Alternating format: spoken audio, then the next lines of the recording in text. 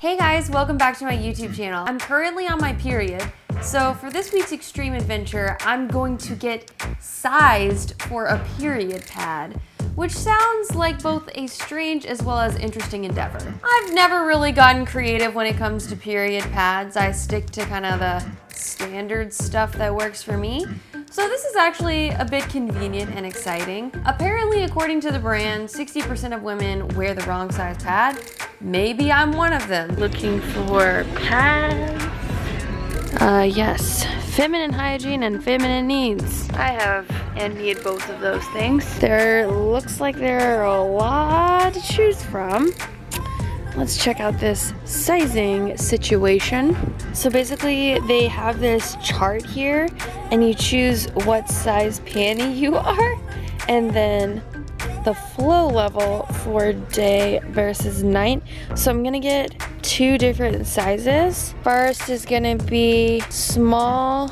I'm kind of like moderate flow right now, so that's gonna be a 2. And then I'm also gonna small for my heavy flow day, which is gonna be a 4. Looks like this one has a 2 on it. And then these, ultra thin, overnight size 4. So I'm really skeptical, honestly, about these. They're so thin. I don't know if I was gonna be able to hold the amount of blood that I produce. I'm going to be doing more than just a regular review. I'm really gonna put this pad to the test. First of all, we're just gonna do a regular old review of the pad in everyday use. Starting off the day doing this pad period challenge. And you know, I thought originally, okay, I'm gonna be measuring the effectiveness of this pad while just doing my daily stuff, going around the house, sitting home editing. I forgot today that I am shooting this insane video where my body is going to be wrapped entirely in snakes. Let's hope snakes don't smell blood. So I think this is gonna be like the most intense example of whether or not this pad works. I mean, they're not sharks, so that's good.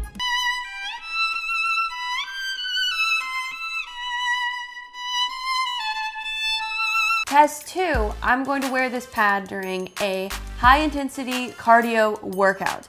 And I already know what you're thinking. Pads aren't meant to be worn when you're working out. Who wears a pad when they're working out? Well, me and a lot of people. I don't have statistics on the a lot of people part of that, but I'm pretty sure there have to be other people who do this. Someone comment below and let me know that I'm not alone. While I realize that's not the potentially intended use of these, that is one thing I have to use pads for.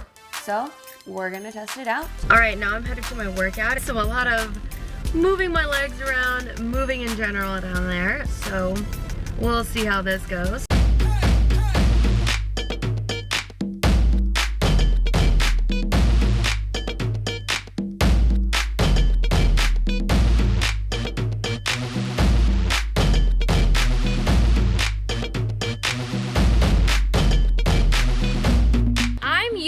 Out with pads, and this one was actually pretty good because it's very, very thin.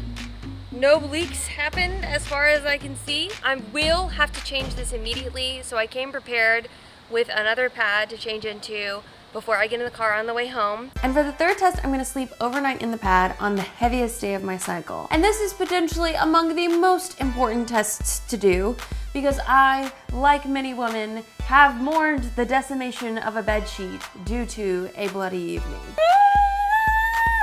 Okay, it's time for the final challenge, which is the sleeping challenge. I'm laying on a very light colored sheet so that if any incidents happen, there are very real stakes.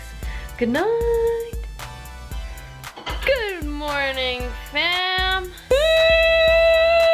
In general, I feel like the faucet was on a bit last night. Past 24 hours have been the heaviest part of my period. Definitely feels full. I was really nervous because like the pad itself is like really, really thin. So I was just kind of trusting in this. Let's see the damage or lack thereof. Okay. What? I guess that answers that. So overall, using the recommendations from the always sizing chart this week was actually pretty positive. The first test was meant to test the everyday use of the pad going about my daily routine, which on this particular day involved being covered in 200 pounds of snakes. You know how we do it on this channel, we always go extreme. While I was mainly focused on the 200 pounds of creatures on my lap, I will say that it was an incredible positive that the snakes did not bite my vagina. They did not go after it explicitly. So I think that says something about the smell protection in the pad. For the second test, I changed into a new pad to use it during a workout. Now again, I know that this isn't the conventional use of a pad, but I personally use pads when I work out as opposed to tampons. It seemed to work out fine. I went out during the hottest part of the day, so it was not just dealing with the period itself, but also sweat and other fluids. Nothing leaked, nothing seemed to move too much, but I will say that if you already use tampons and enjoy that when you're working out, I would recommend that you continue to do that. For the third test, which is the test I was most nervous about, I slept in the overnight pad. Now the sizing chart recommended to me an ultra thin pad for my heaviest flow. And when I was at the store, I noticed that there were other pads that were much thicker and much safer. So I was a little bit nervous to use it, but as you guys saw, I didn't leak at all and it was completely fine. The pad itself was very well used by the morning, but it seemed fine and it was a lot more comfortable to sleep in something a little bit thinner. It was comforting knowing that there now exists technology to make thinner pads that are more comfortable to wear and still get the job done for me. If you enjoyed this video, please give it a thumbs up. Comment below with what crazy product, trend, or extreme adventure I should try next. And as always, subscribe to this channel so we can keep on going on more adventures together. Have a great day. Bye!